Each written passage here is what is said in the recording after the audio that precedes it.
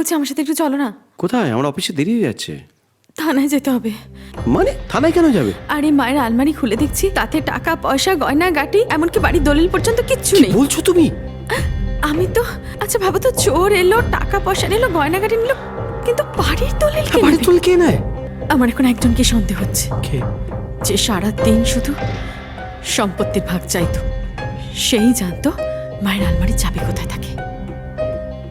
মামু না নিয়েছে। না না না, না, না। মামুর মাথা ঠিক নেই, উনি তাহলে কেন কাউকে না বলে উনি বাড়ি ছেড়ে পালিয়ে গেল বলো তো? আমার সব কেমন যেন লাগছে, ঠিক ঠিক হচ্ছে না, অঘটন চলছে। আমার খুব ভয় করছে। চলো না আমরা এসব বিক্রি করে এখান ছেড়ে চলে যাই। বাড়ি বিক্রি করা অত সহজ নাকি? একটু সময় লাগে। আবার তোমার ওই পুকুর পাড়ে জমি জমা কিছু বিক্রি করে আমি তোমার অ্যাকাউন্টে টাকা দিয়েছি। বাড়ি বিক্রি করার জন্য তোমাকে কিন্তু সবুর করতে হবে। একটু তাড়াতাড়ি কর, আমার ভালো লাগছে না।